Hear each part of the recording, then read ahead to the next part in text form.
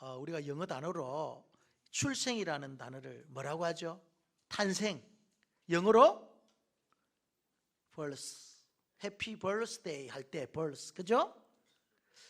여러분 아시죠? 아는데 그죠? 너무 쉬운 거라서. 그러면은 여러분 우리의 인생의 마감, 죽음을 영어로 뭐라 합니까? 아시기 때문에 death. 그죠? 그러면은 죽음과 출생과 죽음 사이에서 우리를 기다리고 있는 것은 무엇이겠습니까? 제가 여러분 모르시는 분을 위해서 힌트를 드리겠습니다. 출생은 영어로 birth, B로 시작하죠. 그죠? 그 다음에 죽음은 death, D죠. 그러면은 B와 D 사이에 알파벳 C가 있죠. 그러면 C로 시작되는 단어가 뭘까요? 찬스. 누가 찬스라고 했어요? choice. 그러니까 출생과 죽음 그 사이에 choice, 선택이 있습니다. 우리 인간은 출생하면서부터 시작해서 죽을 때까지 선택의 연속선상에 우리는 있습니다.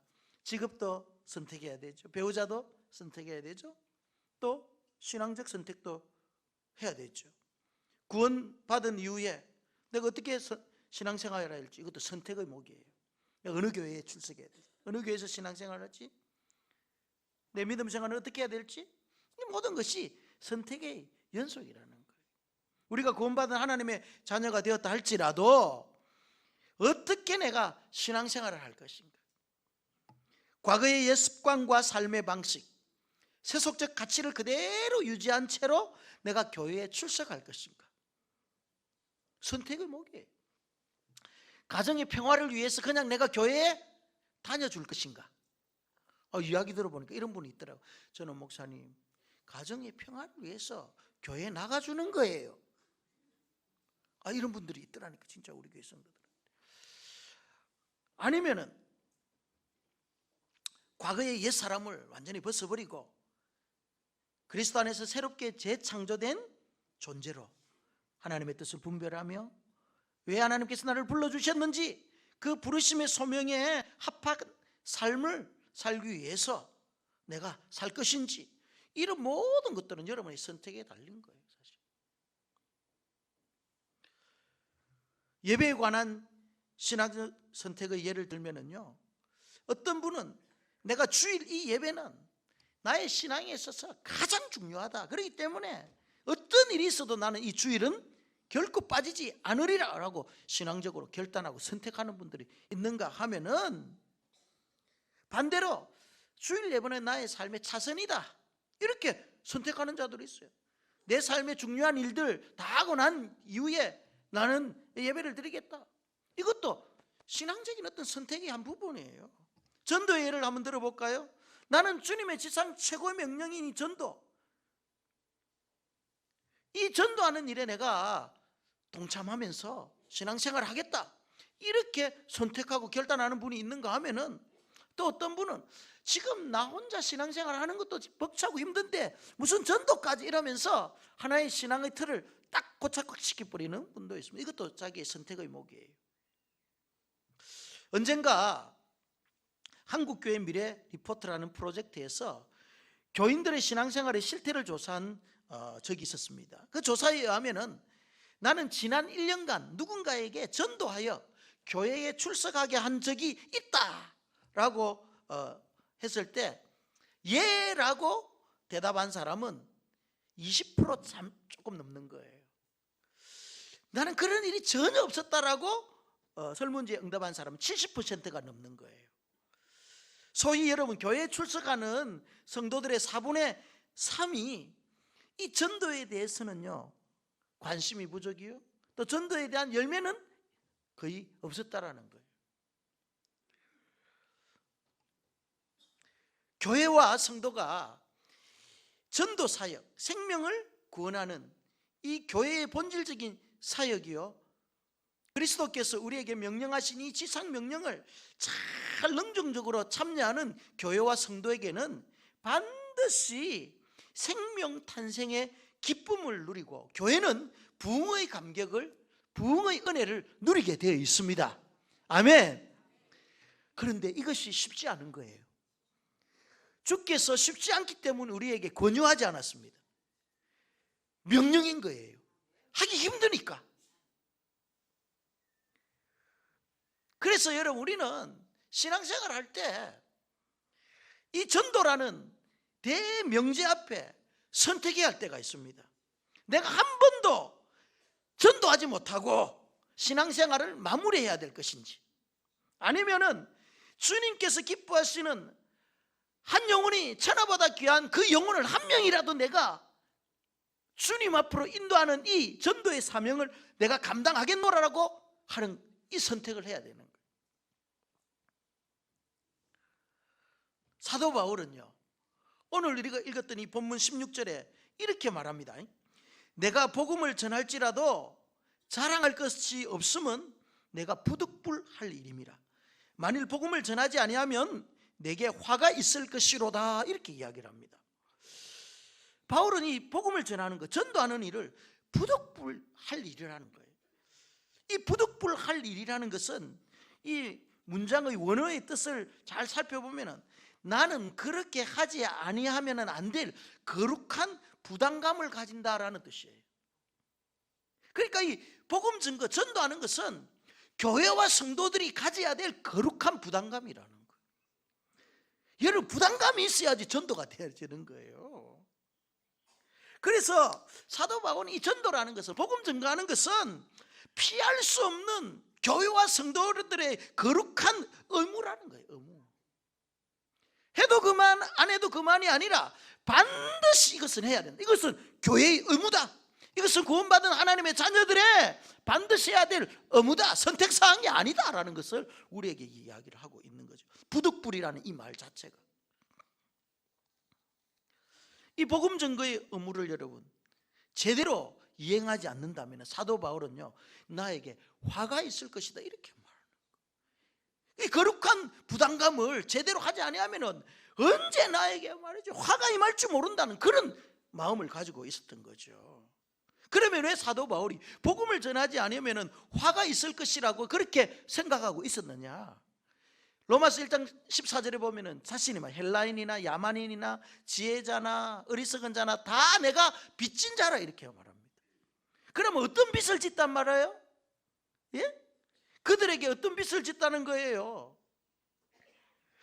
사도 바울은 자기가 죄인 중에 괴수라고 했습니다. 그렇죠? 예수 믿는 사람들을 핍박하고 또 죽이기까지 하고, 그러니까 정말 죄인 중에서도 최고 우두머리 죄인이었는데 어느 날 하나님께서 이 헬라인들과 야만인과 지혜 있는 자나 어리석은 자 모두에게 복음을 전하기 위해서 자기를 콜링한 거예요. 부른 거예요. 그러니까 죄인 중에 괴수인 자기를 이방인에게 복음을 전하기 위해서 자기를 불렀기 때문에 자기는 누구에게 빚을 진 거예요 지금?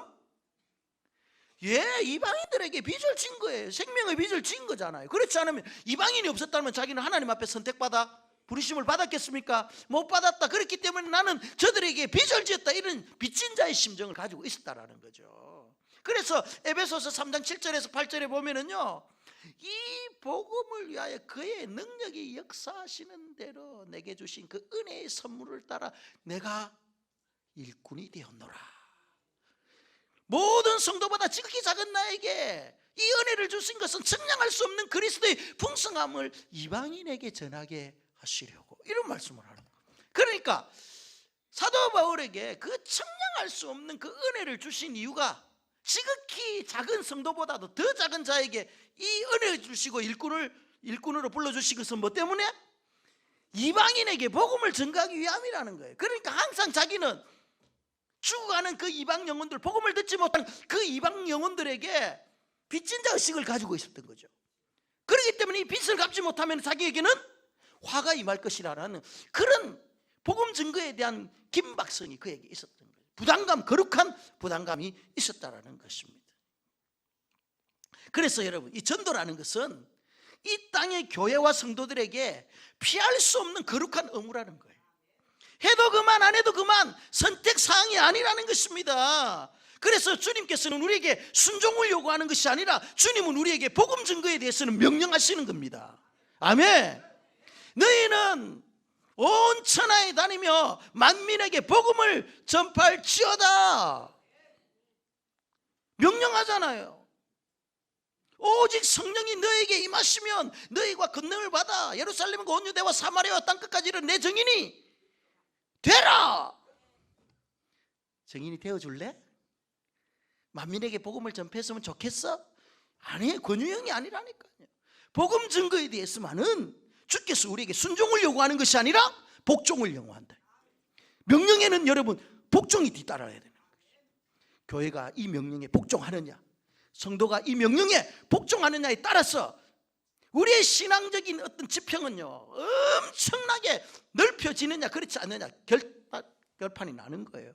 그래서 교회가 생명을 구원하는 이 일, 전도하는 일, 선교하는 이 일에 최우선 과제를 가지고 제일 먼저 에너지를 그곳으로 집중하지 아니하고 물질을 흘러보내지 아니하고 우리의 관심과 사랑을 흘러보내지 아니하면은 하나님께서 기뻐하지 않는 거죠.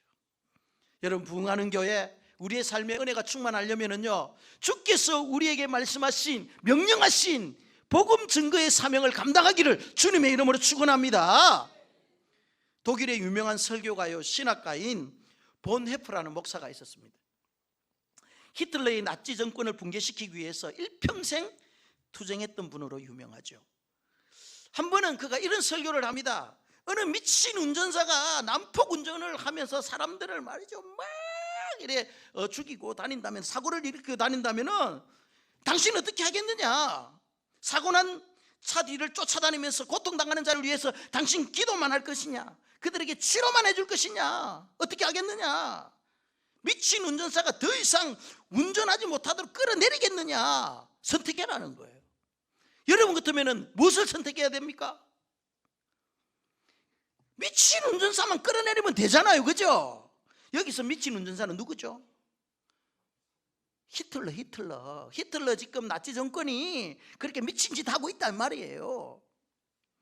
결국 이 본헤프 목사님은요 나치 정권에 대항하여 히틀러를 암살하려고 하다가 결국은 1945년 4월 9일 날 사형을 당합니다, 목사님이.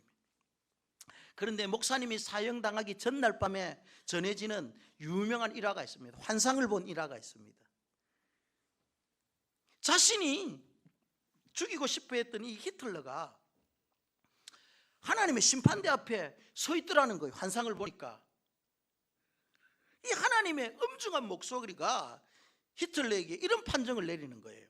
너는 그동안 무고한 사람의 피를 너무 많이 흘렸다.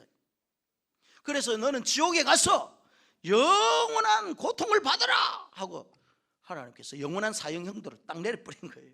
그러자 이 히틀러는 너무 억울해하는 거예요. 하나님, 저는 죽어서 이런 세계가 있는 줄 몰랐습니다. 알았더라면 내가 어떻게 이런 죄를 범했겠습니까? 하나님 앞에 막 항변을 하는 거예요. 그러면서 하는 말이, 하나님, 어느 누구도 저에게 이런 곳이 있다라는 걸 그 땅에서 알려준 사람이 없었습니다. 저에게 전도하는 사람 아무도 없었습니다. 나는 억울합니다. 이렇게 하는 거예요. 이 환상을 본헤프 목사가 본 거예요. 이때 가슴을 치며 회개했다는 거잖아요. 아, 나는 미친 운전사를 끌어내리려만 했지 정작 그에게 복음을 전해야겠다고는 생각하지 못했구나. 히틀러에게 내가 예수 그리스도의 십자가의 복음을 전가하지 못했구나. 후회했다라는 거. 여러분, 복음 증거는 우리 그리스도인들이 부득불이행할 의무라는 인식에만 머물러 있으면 안 됩니다. 우리 그리스도인들이 가지는 의무지만은, 해야 될 사항이지만은 의무에만 매달리면은요 나중에 이 일을 하다 보면은 우리가 쉽게 탈진해 버립니다. 여러분, 의무적으로 일하면은요 탈진하죠? 기쁨이 없잖아요. 그래서 사도 바울은 이 복음 전도의 일을 상급이 기다리는 즐거운 특권으로 여긴 거예요. 의무로만 생각하지 말고 특권으로 생각하는 거예요. 상급이 기다리는 특권. 여러분, 복음 전할 때 힘들잖아요. 목장별로 여러분 전도대 상자를 작정하고 그분을 위하여 기도하면서 다가가는 거 힘들잖아요. 그런데 그 힘든 것만 생각하지 말고 이 복음을 증거하고 목장 작정한 영혼들을 주께로 인도하는데 이것을 통해서 하나님께서 나에게 주실 그 상급이 있고 또 이것이 내가 할 수 있는 특권이라는 것을 우리가 안다면은 여러분 의무감에만 머물러 있지 않고 기쁨으로 즐거움으로 이 전도의 일들을 우리가 할 수 있다라는 것입니다. 그래서 17절에 보면 내가 내 자의로 이것을 행하면 상을 얻으리니와. 이 자의로 행한다라는 것은 능동적인 거예요. 자발적인 의지에 의해서 한다는 것입니다. 그러니까 우리가 이 전도라는 것은 단순히 의무로만 자각하는 것이 아니라 거기에 상급이 따른다는 것을 확신하고 우리에게 이것이 특권이라는 사실을 인식하고 전도할 때면은 기쁨으로 이 일들을 감당할 수 있다는 것입니다. 여러분 복음을 전할 때 의무로만 생각하지 마시고 상급이 뒤따르는 특권이라는 사실을 여러분 다시 한번 재인식하시기를 주님의 이름으로 축원합니다. 상급은 반드시 있습니다. 그런데 이 상급을 말이죠, 사도 바울은 죽어가지고 사후에 주시는 그 멸류관과 같은 영광스러운 이것을 상급이라 말하지 않습니다. 18절에 보면은 그런즉 내 상이 무엇이냐, 내가 복음을 전할 때에 값없이 전하고 복음으로 말미암아 내게 있는 권리를 다 쓰지 아니하는 이것이로라 하고 자신의 상급을요 좀 역설적이면서도 좀 이해하기 힘들게 이야기를 하고 있어요. 값없이 전하는 것이 자기의 상급이래요. 대가 없이 전도하는 것이 자기의 상급이요, 또 자신이 사용할 수 있는 권리를 다 사용하지 않는 것이 상급이래요 지금. 그래서 이 상급의 특권이 나에게 있기 때문에 나는 전도한다라는 것입니다. 여러분 한 가지 물어보겠습니다. 전도하는 자에게 주어지는 가장 큰 상급이 여러분 무엇이죠? 여러분 교회에서 전도왕에게 주는 금반지 한 돈입니까?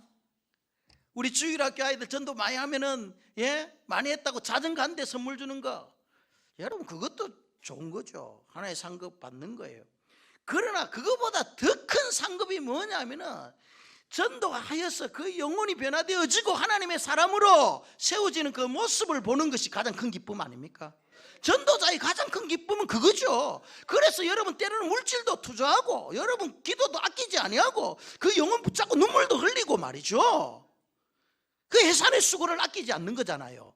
그 기쁨 때문에.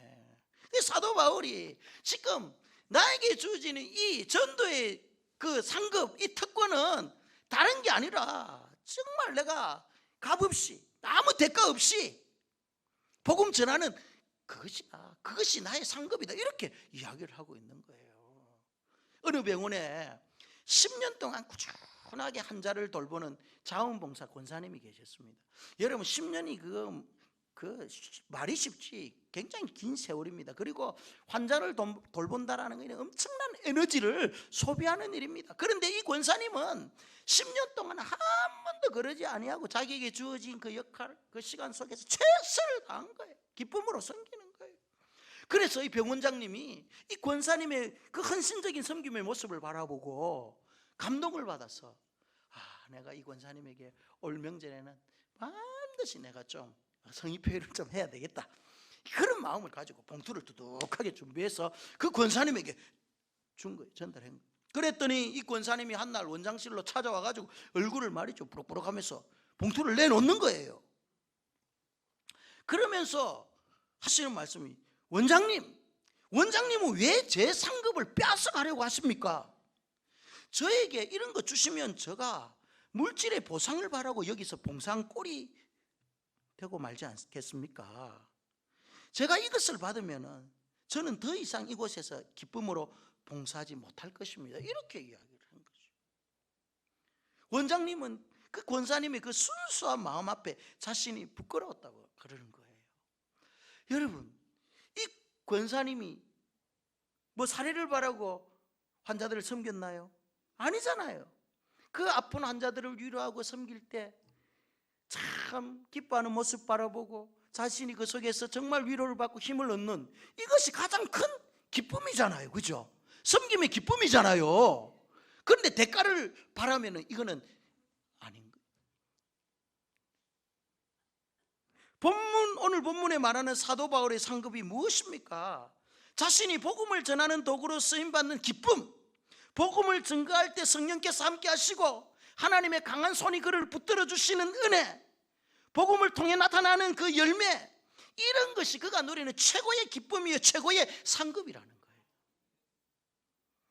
여러분, 오늘도 하나님은 자신의 구원의 대파노라마를 함께할, 그 사역을 함께 감당할 파트너를 찾고 계시는 거예요. 전도하는 것을 즐거운 특권으로 여기며 어떠한 물질적 대가와 상급보다 순수한 동기, 하늘 아버지의 마음을 가지고 복음을 전거하고 생명을 구원하는 일에 헌신된 교회와 성도들을 오늘 하나님께서는 자신의 사역 파트너로 찾고 계신다는 거예요. 이처럼 하나님의 그 사역 파트너에 동참하게 된 교회와 성도들은요, 하나님께서 그들에게 놀라운 권세와 능력을 주시는 거예요. 예수님께서 우리에게 전도하는 자들 70인 전도인을 보내면서 하신 말씀이 뭡니까? 내가 너에게 뱀과 전갈을 밟으며 원수의 모든 능력을 제할 권세를 너에게 주었느니 너희를 해할 자가 결단코 없으리라. 이렇게 주님께서 우리에게 말이죠, 권세와 능력을 하나님의 그 전도 파트너에게 주신 거예요. 예? 주님의 이름으로 귀신을 쫓아내고 말이죠, 새 방언을 말하고 뱀을 집으며 무슨 독을 마실지라도 해를 받지 않고 병든 사람에게 손을 얹은 낫는 이런 권세와 능력을 복음을 전하는 교회 성도들에게, 하나님의 사역 파트너에게 이런 권세와 능력을 주신 것입니다. 여러분, 신나지 않습니까? 교회가 전도해서 이 하나님의 능력이 나타나고, 내가 어느 날 말이죠, 정말 전도하는 현장에서 이 사람이 아픈 거예요. 성령께서 손을 얹고 기도해 주라 하는 음성이 들려요. 그러면은요, 두근거리는 마음을 가지고 기도도 잘 못하지만은 그냥 그 음성에 순종해 손을 얹고 기도했는데 이 사람이 벌떡 일어나는 거예요. 이런 일들이 일어난다, 이 복음 전거 현장에서.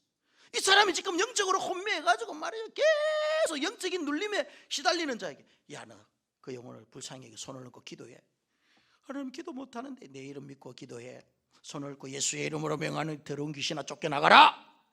거품을 물고 막 쫓겨나가는 역사가 있을 줄 믿습니다. 이런 일들이 전도하는 현장에 일어나는 거예요. 왜? 주께서 우리에게 그러한 권세와 능력을 전도 파트너에게, 하나님의 파트너에게 주었기 때문에 그런 거예요. 전도하지 아니하니까, 복음을 전하지 아니하니까 이런 전도의 현장에서 나타나는 하늘의 권세를 우리가 경험하지 못하는 거죠. 저는 우리 갓수원교회가 이와 같은 권세를 경험하기를 원합니다. 여러분들이 이와 같은 일들을 전도의 현장에서 경험하기를 주님의 이름으로 축원합니다. 오늘 본문 17절에 보면은요, 내가 자의로 아니한다 할지라도 나는 사명을 받았노라, 이렇게 말합니다. 무슨 말입니까? 우리가 때로는 자원하는 마음을 가지고 기쁨으로 전도할 때도 있지만은 항상 그렇습니까, 여러분? 항상 여러분 내가 자의적으로, 그리고 말이죠, 기쁨으로 전도하고 선교합니까? 안 그렇잖아요. 때로는 이런 마음이 동반되지 않다 할지라도 전도는, 이거는 복음을 전하는 것은 우리 교회와 성도가 포기할 수 없는 사명이라는 것을 알아야 돼요. 사명이기 때문에 하는 거예요. 아멘. 때로는 말이죠, 내키지 않고, 때로는 자발적인 의지가 동원되지 않다 할지라도 이것이 하나님께서 우리에게 주신, 나에게 주신 사명이기 때문에 내가 하는 거예요. 사명이라는 이 단어는요, 집안일을 위해 맡겨진 청지기의 역할이에요. 그러니까 집안일을 잘 할 수 있도록 주인이 청지기에게 그 역할을 맡긴 것이 사명이라니까, 사명. 그렇다면 누가 누구에게 이 사명을 줍니까? 일을 잘 맡을 만한 신실한 일꾼에게 집주인이 주는 거잖아요. 하늘 아버지가 우리 교회에게 주시는 거잖아요. 아멘. 그렇기 때문에 이 전도의 사명은 오직 하나님의 자녀들에게만 주어지는 과업이에요, 과업. 이것은 천사들도 할 수 없는 거예요. 전도는 천사들이 근무하는 가장 중요한 과업이 이거다, 전도하는 거. 그래서 찬송가 508장 후렴부 부분에 이런 찬양이 있잖아요. 주 내게 부탁하신 일 천사도 흠모하겠네.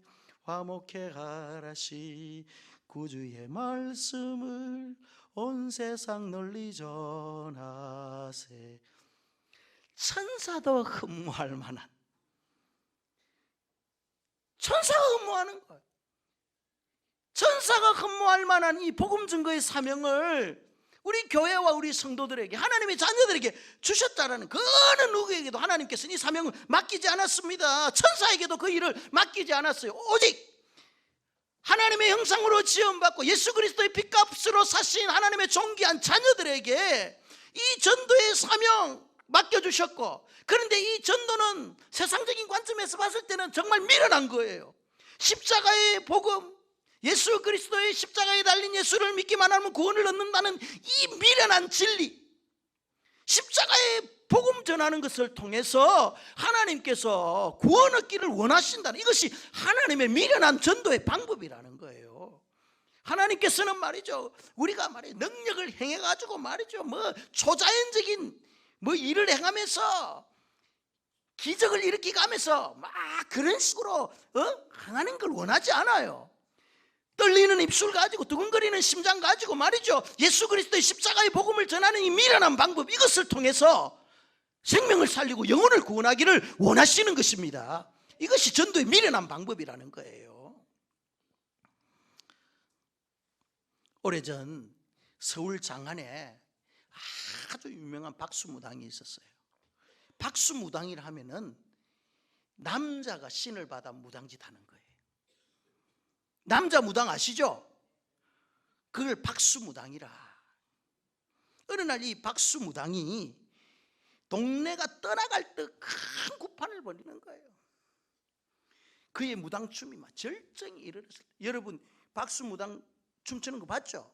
치마 입고 막 흔듭니다 진짜. 그러면 말이죠, 자기가 이제 받았던 신이 딱 임하죠, 절정에. 그래서 그때부터 목소리도 달라지고 눈빛도 달라지고 작두도 타고 막 일한단 말이에요. 그런데 이상하게 지금 이 무당춤이 절정에 올랐는데 신이 안 내리는 거예요. 그런데 알고 봤더니 그곳을 지나가던 한 전도사님이 있었던 거예요. 그 전도사님이 막 기도하고 있었겠지. 저 꼴 보기 싫은 거예요. 내가 막 기도하는데도 막 무당이 신 내리고 이러면 둘 중에 하나라. 내가 진짜인지 그게 가짜인지. 하여튼 이 그 전도사님이 그 꼴을 보고 말이죠, 나중에 뭐라고 말하면 이런 말을 하는 거예요. 무당의 눈을 쳐다보면서 자식 망할 짓 그만하고 예수 믿고 천당 가라. 여러분 구판의 무당에게 자식 망할 짓 그만하고 예수 믿고 천당 가, 이거는 그 무당에게 아주 큰 신뢰죠. 그죠? 이병기 장로님 그래 할 수 있겠습니까? 그래 해야 된다니까. 그러니까 이 박수무당 열받은 거예요. 화가 나가지고 막 구판 다 때려 쳐부고 니나 예수 잘 믿고 천당인지 만당인지 가라, 싸움판이 벌어진 거예요.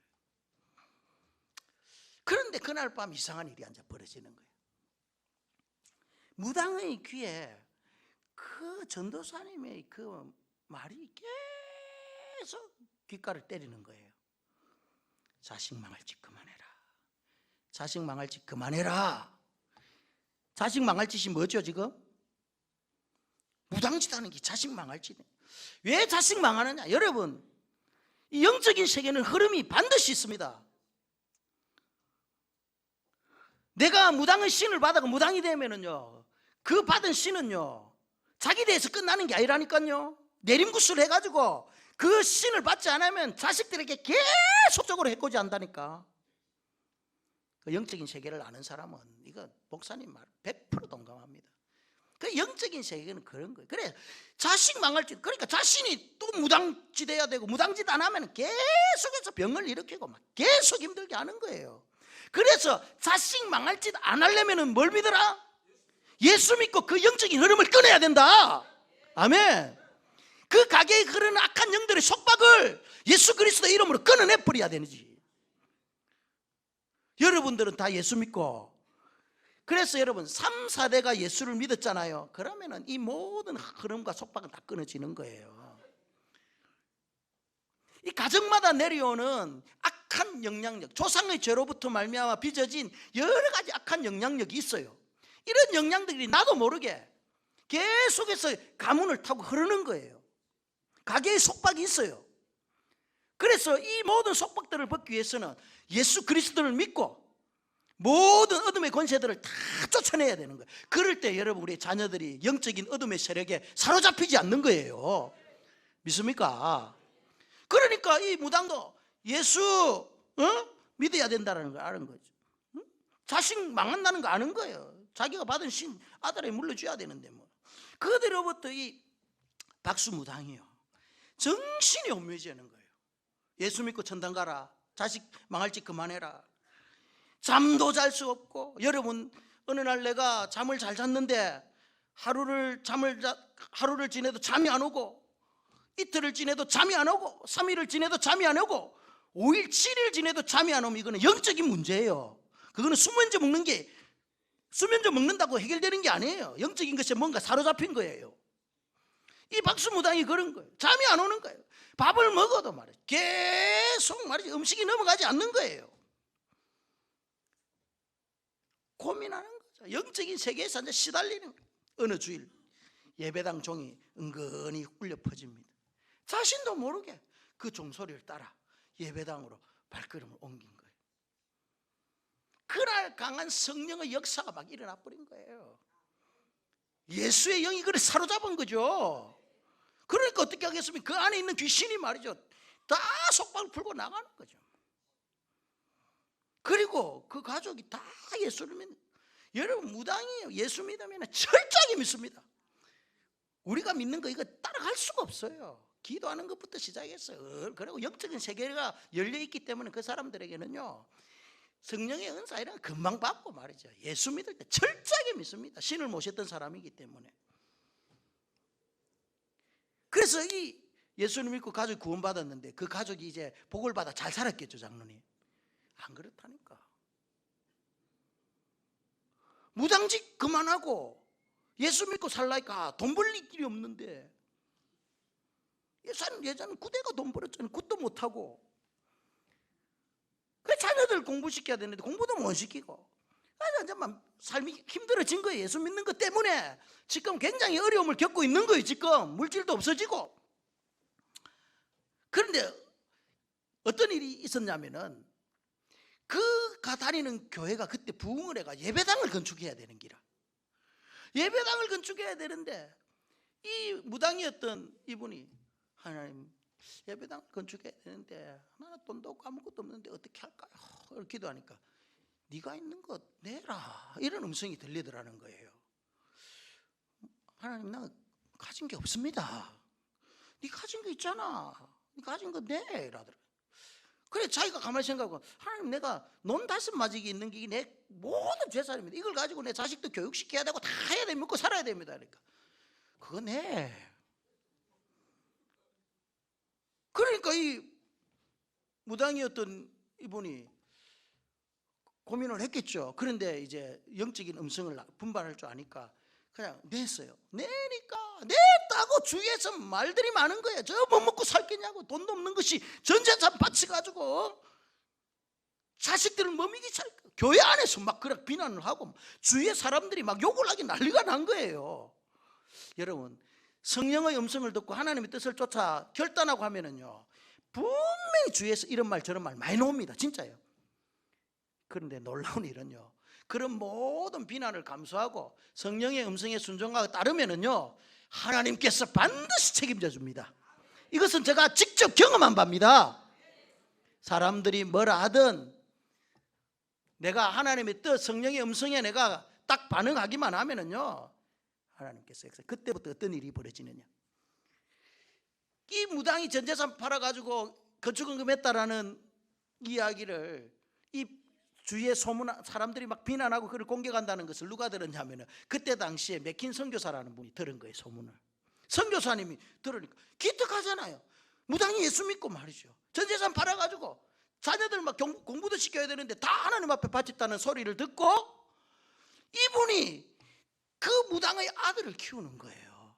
교육을 다 시켜주는 거예요. 그때 당시에 초등학교부터 시작해가지고 중등부, 고등학교, 나중에는 미국 유학까지 보내는 게. 이 사람이, 그 무당의 아들이 누군지 압니까? 연세대학교 초대 총장을 지냈던 백낙준 박사입니다. 무당의 자식이죠. 문교부 장관까지 지냈죠. 사도행전 16장 31절에 보면은 주 예수를 믿어라 그리하면 너와 내 집이 구원을 얻으리라. 주 예수를 믿으면 나만 구원받는 게 아니라니까요. 믿지 아니하는 나의 부모 형제 나의 사랑하는 자녀들 손자들 다 흉하게 결박을 끊어버리고 어둠의 속박에서 벗어나서 예수 그리스도를 믿음으로 말미암아 구원을 얻게 되는 거예요. 죄로 말미암아 파생된 모든 어둠의 요소로부터 사로잡힌 것으로부터 자유함을 누린단 말이에요. 누구를 믿으면은? 예수를 믿으면은 내뿐만 아니라 나의 온 집안이 구원을 얻는 역사가 일어나는 것입니다. 구판을 지나던 이름 모두를 한 전도자의 그 외침이 귀신의 속박 아래 매여 있던 한 영혼을 구원했을 뿐만 아니라 그 집안이 구원받고 자녀 후손이 복을 받아 믿는 믿음의 명문가가 된 거예요. 이런 일이 오늘날 우리에게 잊지 못할 일이 어디에 있겠어요. 우리에게도 일어날 수가 있지.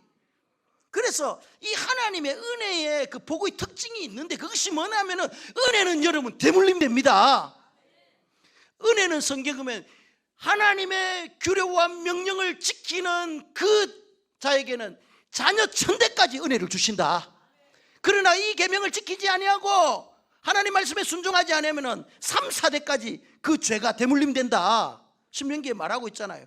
그런데 여러분 놀라운 것은 우리가 하나님의 은혜는 천대까지 가는 거예요.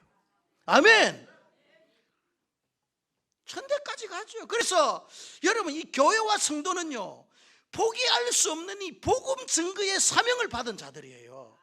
주님의 지상명령, 아버지의 하늘 아버지의 최고 관심사인 전도와 선교에 헌신된 교회와 성도에게는요 끊이지 아니하는 복의 대물림이 있는 줄 믿습니다. 복음 증거의 사명에 헌신된 자들에게 하늘과 땅의 권세를 가지신 예수 그리스도의 이름의 능력이 전도의 현장에 반드시 나타나는 것입니다. 귀신이 쫓겨나가고 흑암의 권세가 결박당하며 대물림되는 모든 악한 영향들에서 벗어나는 자유가 있는 것입니다. 제가 지난번에 전도하러 나가니까 저 대전 집회 써 있죠, 신천지. 그 앞에 말이죠 젊은 청년들이 나이가 다 20대 30대 여러분처럼 50대 60대 없어요. 30, 40 전부 까만 양복 저처럼 이렇게 딱 입고 밝은 미소를 짓고 지나가는 사람들에게 포교활동을 하는 거예요. 그래서 제가 차를 타고 가면서 우리 교육자들에게 니 저기 잠입해가지고 저들이 어떻게 하길래 저렇게 전도에 열심을 가지니 좀 알아봐라. 어떻게 교육을 시키길래 저 젊은 청년들이 저렇게 물불을 가리지 않고 전도하느냐 한번 알아봐라 했어. 문제는 제가 말하는 거예요. 여러분 그 신천지는 거짓 진리라는 거 알잖아요. 이단이라는 거 알잖아요. 모르나?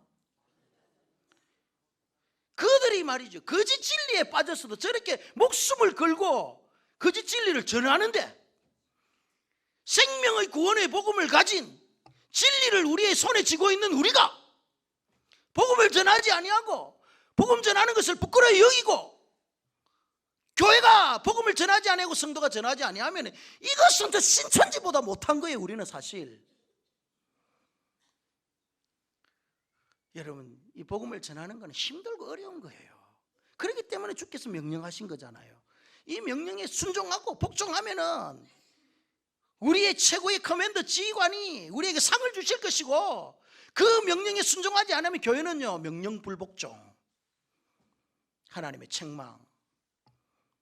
명령에 잘 순종하는 교회와 성도들은 그 가정뿐만 아니라 그 자녀 우선 천대 만대까지 하나님의 은혜의 복이 대물림될 줄 믿습니다.